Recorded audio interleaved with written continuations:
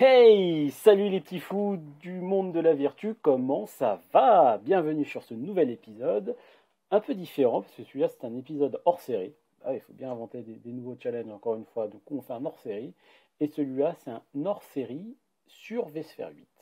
Parce que oui, c'était aujourd'hui la release, la General Availability de VSphere 8. Donc, je sais pas vous, moi j'étais assez pressé de le télécharger pour le tester, de l'installer. Alors, j'ai un peu galéré pour le télécharger. Je pense que côté VMware, les serveurs étaient un peu saturés. Tout le monde a voulu le télécharger en même temps. En tout cas, ça s'est senti parce que j'ai mis un peu de temps. J'ai dû m'y reprendre à 3-4 fois pour télécharger mon petit ISO, sachant que j'ai la fibre à la maison. Donc bon, je pense clairement que ça venait de chez VMware. Pas bon, ouais, grosse parenthèse. Du coup, j'ai monté l'ISO, je l'ai téléchargé, et du coup, on va parcourir un peu l'interface ensemble. Alors, à prime abord, là comme ça, à part le 8 là-haut, pas grand-chose de nouveau entre la partie installation, la partie upgrade, la partie migrée. Donc là, oui, alors plus sur la partie migration, si on a une infrastructure avec des PSC externes ou même avec des serveurs sous Windows, encore, oui, c'est sous vSphere 7, on avait encore cette possibilité-là. Ou sinon, toujours cette option très utile de restaurer son vCenter. Donc là, aujourd'hui, qu'est-ce qu'on va faire? Bon, on va faire une install from scratch. Du coup, c'est parti, on va découvrir ça ensemble. Donc là, comme ça, encore une fois, à prime abord, hein, à part deux, trois modifications, je ne vois pas de gros effets waouh. Donc là, on va déployer, donc moi je vais déployer sur une de mes infrastructures. Hop, voilà, je vais utiliser, alors oui, c'est pas bien, mais on est dans un contexte de lab, donc je vais utiliser mon compte local. Voilà, hop, le certificat qui va bien. Donc on va sélectionner mon dossier, bah, ça tombe bien, c'est sur mon lab. Donc hop, je vais le mettre dans mon dossier, sélectionner le cluster sur lequel je vais l'installer. Hop, le petit nom qui va bien. Hop, on va l'appeler VCSA8 parce que c'est VSphere 8, hein, tout simplement. On va lui setter un mot de passe au niveau compte route. Maintenant, une fois qu'on a fait ça, on va pouvoir détailler et sélectionner surtout la taille de la VM, hein, comme d'habitude, hein, si c'est du tiny, du small, medium. Donc là, c'est la première fois que je vais voir VSphere 8, donc peut-être qu'ils m'ont mis un petit peu de piquant, qui sait, on ne sait jamais, peut-être une nouvelle form factor. Donc là déjà, ça commence un peu à laguer, donc je pense que ça doit venir de mon infrastructure. On va regarder ça tout de suite. Ouais, non, pas forcément. Ouais, bon, je suis un peu au taquet niveau CPU. Bon, voilà, on va faire comme si tout va bien. Là, ça galère vraiment, je trouve. Je ne sais pas ce que ça valide, mais ça valide quelque chose. Voilà, donc c'est les effets, les aléas du direct, hein, comme on dit. Et donc sinon voilà, donc j'ai tenté ce challenge qui est forcément pas évident parce que faire une install live tout en essayant de maintenir un discours, de vous capter, de garder les gens à regarder sur quelque chose qui est en cours de validation, je trouve ça très compliqué. Euh, ouais, je trouve ça très très très compliqué. Et surtout, ah voilà, voilà. Du coup, non, pas de grosses modifs. Ah, si, ils ont modifié là, sur certains settings ici, j'avais de tête que le small c'était du 19 Go. Ouais, ils ont un peu augmenté la taille des RAM. La partie disque, probablement également. Alors attention, hein, sur les gros déploiements, bon, toujours faire de référence sur la doc d'install. Ici, on peut changer, hein, si on veut être en large ou en extra large sur des infrastructures un peu plus costauds avec des grosses demandes de stockage, surtout pour la partie log et tout ce qui est graphe de performance, etc. Donc là, on est dans du lab, hein, je vais prendre du Tiny, ça c'est largement suffisant pour Diost et sans VM. En général, on va être plus, parce qu'il y a pas, en général, ça dépend clairement de l'infrastructure. On va se trouver, moi je vois surtout chez mes clients du médium et du large, extra large, vraiment sur des infrastructures très particulières. Allez, c'est parti. Maintenant, on va sélectionner notre data store. Donc là, je vais choisir mon data store où j'ai un peu de place. Bah, ça tombe bien, le data store 4. Je suis feignant, j'active le mode Scene Provisioning.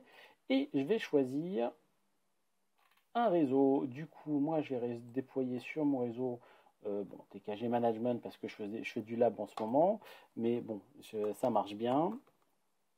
Hop, on va spécifier le petit FQDN qui va bien, parce que j'ai créé ça en avance de phase. Bien évidemment, on se rappelle que toutes les infrastructures VMware sont très sensibles à tout ce qui est DNS, donc c'est bien de le créer en avant, et quand je dis DNS, c'est forward et reverse, hein, donc c'est-à-dire dans les deux sens. Hop, c'est parti. Les ports, tout ça, rien de nouveau. Et on va valider. Donc j'ai déployé mon vCenter en VM en Tiny sur un ESX qui va bien, dans un IP en IP statique, DNS, etc. Ça me paraît pas mal. Hop, finish. Et donc, comme d'habitude, hein, normalement, si on n'a pas, s'il n'y a pas eu de grosses modifications au niveau du process d'installation, il y a deux étapes. La première étape, c'est on déploie l'appliance. Donc normalement, on devrait avoir une nouvelle machine virtuelle qui devrait arriver. Oh là là, c'est presque beau quand ça arrive en même temps. Alors désolé parce que c'est pas... Hop là, j'ai un peu tout cassé. Voilà, voilà. Donc là, on voit bien, hop, je déplace ma petite tête, salut, salut. Donc là, on voit bien que on a un déploiement de l'OVA qui est en train de se faire. Donc forcément, c'est sur le process, hein. Donc on déploie. Alors oui, ne faites pas attention, j'ai des clusters nested dans tous les sens, ils sont tout en not responding. Forcément, j'ai éteint les ESX. J'ai besoin de récupérer un peu de ressources. Je ne suis pas tout seul à travailler sur ce lab. Et surtout à cette heure-ci, je pense que ouais, il est 19h, donc ouais, 18h53. J'ai de la chance, il n'y a pas grand monde de mon équipe qui travaille dessus. Donc en plus, j'ai demandé de récupérer un peu de ressources, que je suis un peu short. Donc, je vais mettre en pause la vidéo, je reviens dès qu'on passe à l'étape 2. Allez, à tout de suite. Et on est de retour, l'étape 1 est terminée, le vCenter a été déployé, enfin l'appliance. Donc pour vous, ça a été instantané, pour moi, ça a été un peu plus long. Forcément, mon lab est un peu sous l'eau, il y a beaucoup de monde dessus. Alors, déjà, avant de continuer, on va vérifier quand même deux petites choses. Donc voilà, l'appliance, elle est là. Qu'est-ce qu'on va vérifier? Sa petite IP qui va bien avec le petit FQDN qui va bien. Alors, on va continuer du coup. Donc, on va aller se rediriger sur notre interface au niveau de l'installeur, toujours. Donc, ça va charger l'étape 2. Donc, dans l'étape 2, normalement, si ça n'a pas changé entre vSphere 7 et vSphere 8, on va configurer toute la partie autour de la configuration du SSO, la partie domaine SSO, tout le compte qui va bien. Donc désolé, c'est un peu lent. Je pensais que ça aurait été un peu plus rapide quand même le chargement, en espérant que ça ne plante pas. Hop, c'est en train de se charger, c'est en train d'arriver. Allez, allez, allez, petit pépère. Donc je vous montrerai tout à l'heure en parallèle comment on peut l'automatiser. Alors, du coup, là, on a fait notre étape 1. Là, on va entrer sur l'étape 2. Donc, on va mettre toutes les actions nécessaires. Donc, bon, forcément, le NTP, ça, c'est quelque chose sur lequel il ne faut pas... c'est vraiment très important de bien les spécifier. Et la partie SSH, en général, on l'active quand on veut faire du vCenter achat. Sinon, ce n'est pas nécessaire. Si on reste sur une configuration traditionnelle du vCenter, moi je ne vais pas forcément le préconiser de le laisser ouvert le SSH. Après, il y a deux écoles, soit on le laisse ouvert pour du troubleshooting, soit on le ferme pour des raisons de sécurité. Après, si votre vCenter est derrière un firewall, dans un VLAN d'admin sécurisé, où il y a très peu de personnes, où on a mis du filtrage MAC, enfin bref, vous voulez voir, enfin vous voyez où je veux en venir, on peut laisser le SSH, ça ne posera pas forcément de soucis, mais pour des bonnes pratiques de sécu, on va plutôt le désactiver. Ensuite, on va rentrer dans la configuration du SSO en tant que tel. Donc dans la configuration du SSO en tant que tel, on va devoir spécifier le nom du domaine SSO, donc qui est vraiment propre à notre instance vCenter, le mot de passe administrator @vsphere.local, parce que là je vais utiliser mon domaine SSO traditionnel vsphere.local, et le mot de passe qui va bien. Donc notre petit vsphere.local traditionnel, le mot de passe administrateur en respectant bien évidemment ici, hein, dans la partie petite information, c'est l'effet démo, mais normalement ici, voilà, les règles au niveau du mot de passe, donc au moins 8 caractères, une majuscule, minuscule, un nombre, etc. Bref, je ne vais pas vous le dire, mais bon, c'est des trucs très traditionnels. Là, ici, on est sur une install fraîche, donc on ne va pas joindre un vCenter dans un autre domaine SSO, hein, si vous voulez les linker par exemple. Donc là, on est sur vraiment quelque chose de très traditionnel. Ici, je vais activer le CIP pour la partie VMware Customer Experience Improvement. Là, l'idée, c'est quoi? Vu qu'on est sur du lab, on fait du test, c'est bien aussi d'envoyer des métriques. Et après, ce qui est intéressant, aussi, c'est si on veut utiliser dans un contexte vSAN toute la partie Online Health et aussi toute la partie Support Insight, il faut avoir activé cette option-là. Ce qu'il faut savoir aussi également, hein, c'est que toutes les données qui sont collectées sont anonymisées, donc on va même les offusquer, c'est-à-dire qu'elles sont nettoyées, donc c'est impossible de savoir à qui appartient quoi. On vérifie que tout ce qui est IP, l'IP forcément ça c'était bon, donc toute la partie au niveau du NTP, toute la partie SSO, la partie programme, on finish et on clique OK. Donc là ça va relancer l'étape 2, donc on va rentrer dans une autre étape de configuration. Donc pendant que le vCenter se configure en parallèle, ce que je voulais vous montrer aussi, c'est dans la partie des sources. Donc à chaque fois que vous téléchargez un ISO du vCenter, vous avez toujours cette partie UI qui est là, qu'on utilise, hein, donc en fonction de sa machine d'utilisation, si c'est du Mac ou du Linux ou du Windows. Mais ce qui est toujours intéressant, c'est qu'il y a un dossier ici en CLI qui nous permet justement de faire de l'install automatisé de son vCenter. Et en fait, comment ça se passe? Il faut regarder dans les templates. Donc, on choisit en fait la méthodologie qu'on souhaite faire, si on fait une install, une migration, un upgrade. Et en fait, dans l'install, à chaque fois, on va avoir un fichier JSON qu'on n'a plus qu'à remplir. En gros, hein, ils sont déjà tout prêts en fonction des cas d'usage. Donc, par exemple, si on déploie un vCenter qui serait hébergé lui-même dans un autre vCenter, hein, j'imagine bien, par exemple, dans un cluster de management, par exemple, si j'ai un vCenter de management avec un vCenter de workload, ou même si je veux le déployer directement sur un hyperviseur, où je veux mettre en place des réplications, etc. Ici, dans ce cas-là, la partie VCSA with cluster, ça c'est plus dans un contexte vSAN, où en fait le vCenter va se déployer et activer après en parallèle toute la couche vSAN. Si je regarde la partie JSON sur un ESXi, je vous conseille vivement d'utiliser un Notepad++, hein, parce que ça reste du JSON et il y a quand même pas mal de choses à regarder. Donc au final, quand on regarde le template, c'est très commun, il n'y a pas grand chose. Ici, on va déclarer dans notre partie hyperviseur, donc là sur quel ESX on va déployer notre appliance, le mot de passe qui va bien, le réseau sur lequel l'appliance va se connecter et le data store. Et après, on va rentrer dans tous les détails. Là, par exemple, le déploiement, la taille de l'appliance. Donc forcément, c'est à vous de voir aussi ce que vous voulez faire, si c'est du tiny, du small, du large, extra large, etc. Le nom de la petite appliance qui va bien, toutes les informations au niveau réseau, au niveau de l'OS, donc vraiment dans l'appliance, le mot de passe route, le serveur NTP et si on active le SSH ou pas. Par rapport à SSO, là pareil, hein, ici on va spécifier toutes les informations sur toute la partie SSO, le mot de passe et le domaine local. Donc là ici, hein, de manière très traditionnelle, vsphere.local. Après la partie CUIP qui est ici, donc là par défaut il est activé, on peut le passer à false, bref. Vous voyez l'idée. Donc, en fonction des cas d'usage que vous voulez faire, vous mettez à jour votre template. Et à partir de ça, vous allez avoir dans l'installeur du CLI, ici dans la partie, dans mon cas, je suis dans un serveur Windows. Donc ici, je vais chercher un fichier qui s'appelle vcsadeploy.exe. Donc en ligne de commande, je vais appeler ce fichier avec le template. Et automatiquement, en fait, ça va me lire mon fichier JSON et déployer le vCenter par rapport à mes informations que j'ai indiquées dans mon template et dans mon fichier JSON. Ce qui est assez intéressant dans cette méthodologie-là, hein, bien sûr, c'est pour faire quelque chose d'automatique, c'est surtout que ça configure, ça déploie l'appliance et surtout ça fait la configuration là qu'on est en train de faire, cette étape 2, mais ça tout en un coup en fait, et tout est automatisé. Donc on va voir dès qu'on lance en fait ce qui se passe, c'est qu'on va avoir une interface identique, mais en fait il n'y a aucune action de notre part parce qu'en fait le fichier JSON remplit toutes ces parties-là.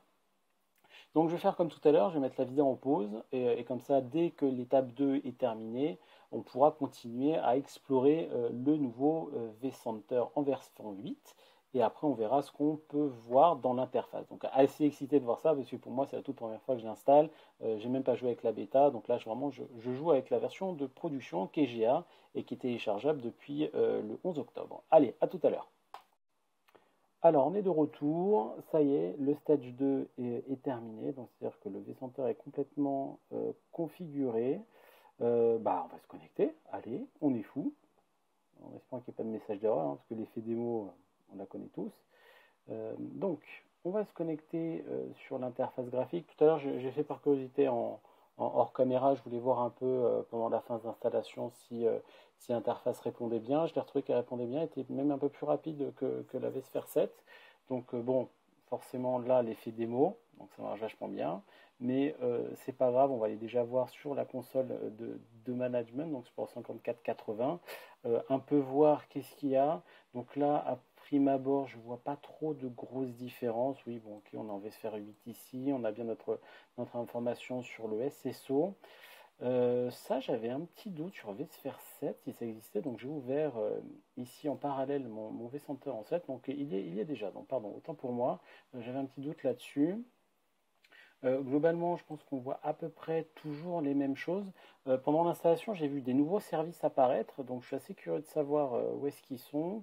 Donc là, bon, on est resté sur quelque chose de très traditionnel sur la partie réseau, la partie NTP, il n'y a pas grand-chose. Par contre, au niveau des services, alors ouais, c'est ce qui me semblait. Alors ça, typiquement, le Envoy, il ne me semble pas que dans vSphere 7, on ait ce service-là. Euh, Comme je vous disais, hein, j'ai vu des nouveaux services apparaître. Ouais, typiquement celui-là, si je classe ici sur mon vCenter en 7, ouais. Donc là, typiquement, tout ça, là, ça c'est des nouveaux services. Ça aussi, la l'hybride vCenter Service, je l'ai vu tout à l'heure quand la plaine se bootait, ça me parlait pas trop. Donc ça, c'est des nouveaux services. Là, comme ça, qu'est-ce qui me saute aux yeux comme nouveau service? Ouais, ça, le workload plane, ça, j'imagine que ça doit être notre cher ami Tanzu, bah, qui est là aussi, hein, donc autant pour moi, pareil, ça, c'est du Tanzu. Euh, alors, j'ai pas eu le temps, honnêtement, de tous les regarder, hein, je viens juste de l'installer, donc j'ai vu quelques nouveaux services, là. Le Envoy, ça, pour moi, c'est nouveau. L'hybride vCenter aussi, pour moi, c'est nouveau, mais à valider et à confirmer. Enfin bon, bref. Alors, du coup, sur ma page de login, donc ça, par contre, ça, l'interface graphique n'a pas changé. Hop, on se connecte avec notre petit compte habituel administrateur advsphere.local. Hop, avec le mot de passe qui va bien. Et donc, on va se connecter. Alors, en termes de rapidité, je ne vais pas vous le cacher, là c'est vraiment à cause de mon infrastructure. Là, je l'ai un peu saturé, j'ai mis pas mal de monde dessus. Au niveau stockage, j'ai des petits ralentissements, donc ça ne m'étonne pas que l'interface soit lente. Pardon. Alors, ici, alors graphiquement, ouais, c'est un peu plus joli. Ouais, il y a un peu plus de choses qui apparaissent. Merci, j'ai pas inscrit de licence, donc ça c'est normal. Qu'est-ce que je vais voir ici? Alors, par rapport à la partie, allez, soyons fous, on va voir la partie administration. Donc les rôles, on est sur quelque chose de très traditionnel. Je ne suis pas sûr qu'ils aient rajouté des nouveaux rôles. Là, comme ça, à première vue, je pense pas. Partie globale permission, ça change pas. Partie déploiement ici, qu'est-ce qu'il y a? Ah, il y a ça, ok. Bon, sur la partie système configuration, là, il n'y a pas grand-chose. Là, c'est plus si on avait plusieurs PSC ou des vCenter qui étaient logués.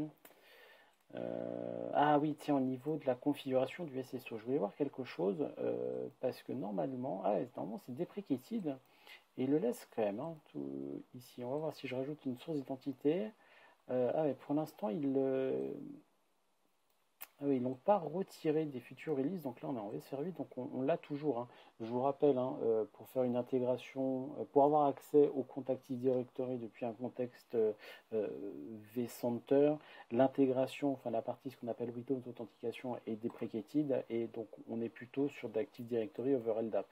Après, voilà, ça reste du LDAP traditionnel, et en fait, l'appliance n'est pas intégrée dans le domaine. Donc c'est cette manière-là qu'il faut utiliser si on veut utiliser des comptes Active Directory avec son vCenter. Il faut faire une authentification LDAP. Là, ça reste du LDAP traditionnel, hein, LDAP ou LDAPS, hein, tout dépend si vous faites du LDAPS. À bien penser à mettre votre certificat. En parlant de certificat, donc la partie certificate management, ouais, alors ça par contre ça a été simplifié me semble-t-il. Pas dit, pas dit, pas dit. Tiens, je vais regarder quand même sur un vCenter en V7. Donc je vais regarder ici sur la partie certificat management. Ouais, j'ai bien ma machine SSL, le CA et le STS. Ah bon non, bah, c'est toujours la même chose, autant pour moi, hein. Il me semblait qu'ils avaient simplifié cette partie-là, mais non, pas du tout. Donc on reste sur notre certificat, sur une gestion de certificat traditionnelle. Ok. Au niveau du dashboard, pas grand-chose. Ouais, je voulais voir quand même cette histoire de Hybrid Cloud Service. Ok.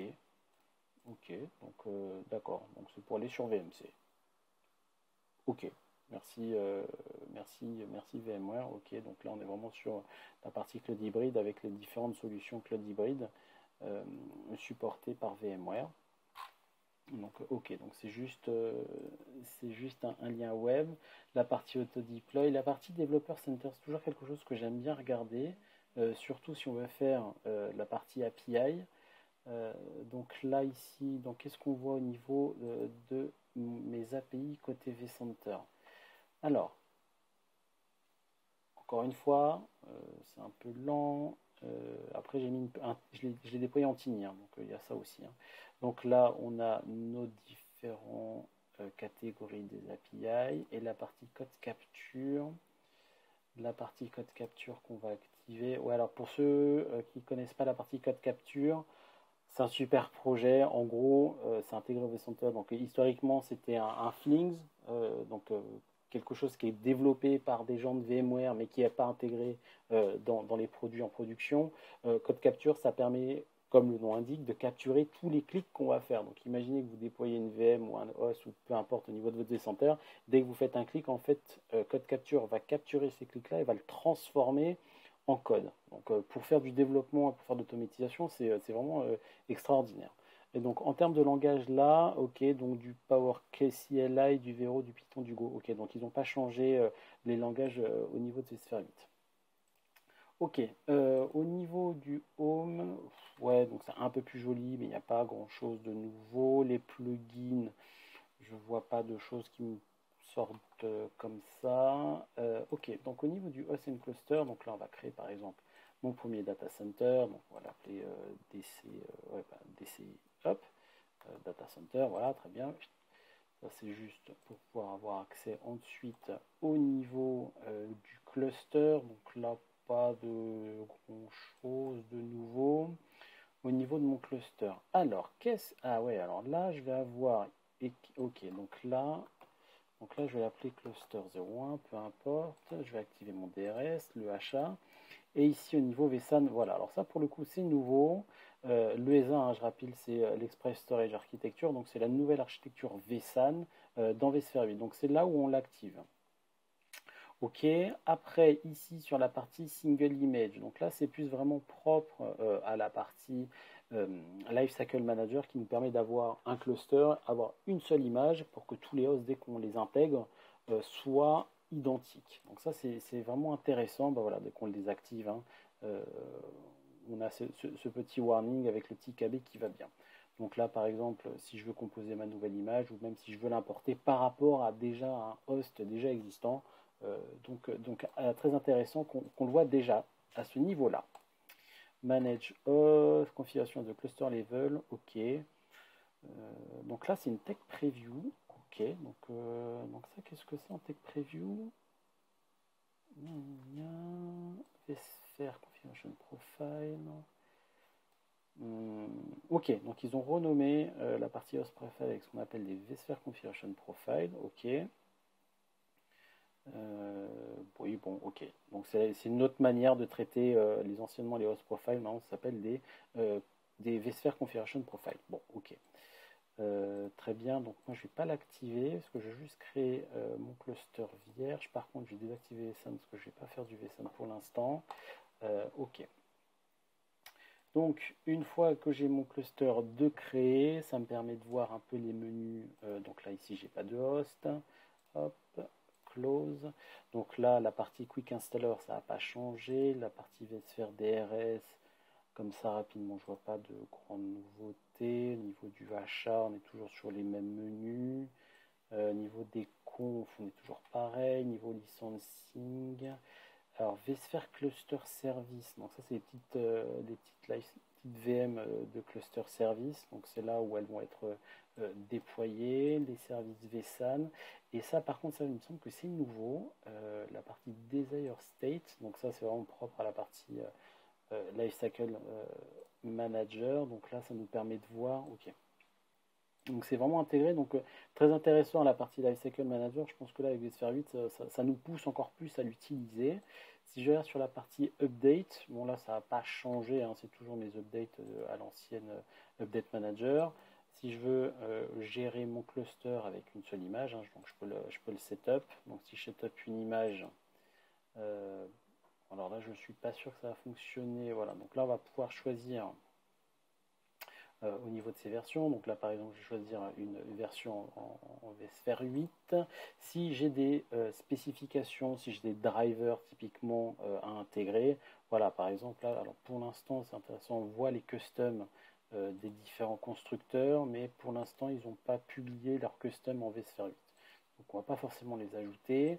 Ici, si j'ai des firmware, là pour l'instant je n'en ai pas apporté, j'en ai pas ajouté, donc on verrait une liste en fonction des vendors add-on. Et voilà, donc là je vais définir que mon cluster va être sur une image en vSphere 8. Ok, et qu'est-ce qu'il va me faire après? Donc il va attendre que ça se termine et on va pouvoir vérifier si compliance au niveau de mon cluster. Là, pour l'instant, la compliance va être, je pense, en erreur ou en warning parce qu'il n'y a pas de host. Donc, d'ailleurs, ça me permet de faire un peu ma transition. Du coup, j'ai un host ici en vSphere 7. Ce petit V6 qui est allumé, qui est en version 7 update 2. Alors, ce que je vais faire, c'est que je vais le remove de mon vCenter. Voilà. Et alors, ouf. Et ici, alors no host in the cluster, hein, comme prévu, on va voir ce qui va se passer. Je suis très curieux de voir ce qui va se passer. Donc là, alors là, c'est la petite blague parce que je me souviens plus du mot de passe. Avec un peu de chance, ça va être ça. De toute façon, si c'est pas ça, j'ai un joli message erreur. Ah, je récupère le certificat, c'est plutôt bon signe. Donc là, on va valider. Ouais, terrible. Ok, donc c'est bien. Donc là, sur mon USX, c'est bien en nested. Il vérifie bien qu'il va me le rajouter. Et donc, voilà. Donc là, il me rajoute mon host en standalone. Ça me paraît pas mal. Et voilà, il apparaît là. Du coup, je serais curieux de voir aussi sur la partie Desire State comment ça va se passer. Donc le temps que ça se fait, parce qu'il va y avoir les agents qui vont être installés, le achat, surtout que je l'ai activé, on va voir ce qui va se passer. D'un point de vue, pour l'instant machine virtuelle je ne peux pas parce que j'ai pas de host. Ah oui, je voulais voir aussi sur cette partie, qu'est-ce qu'on voit dans la partie configure au niveau du vCenter ici. Tout ce qui est général, ça, j'ai pas l'impression qu'il y ait des choses nouvelles. Les vSphere Zones, ça, ouais, typiquement, ça c'est tout nouveau. Des vSphere Zones, hein, c'est vraiment propre pour la partie vSphere with Tanzu.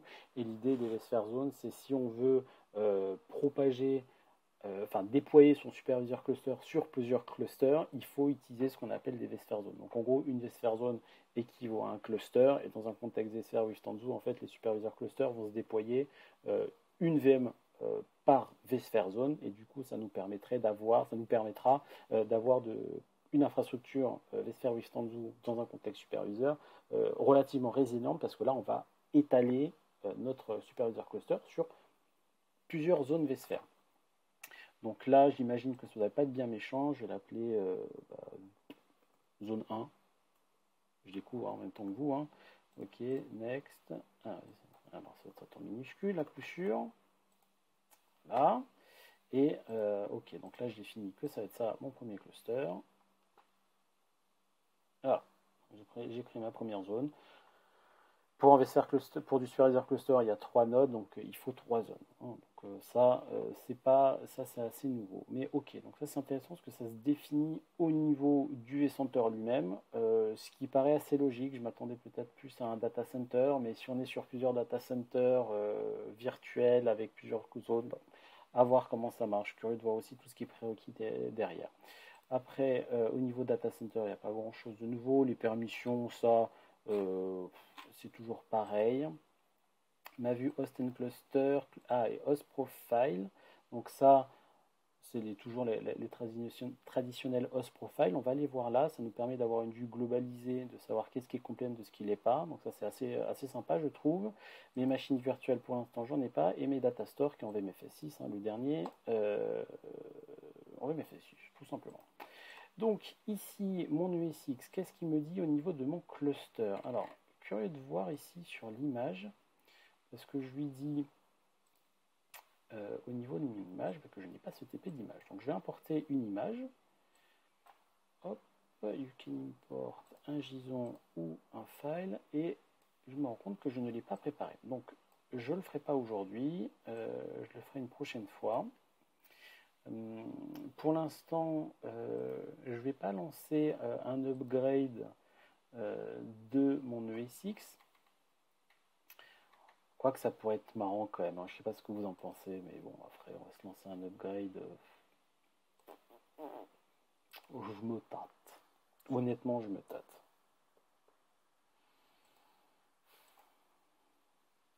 Bon, allez, on va voir. Normalement, j'ai dû récupérer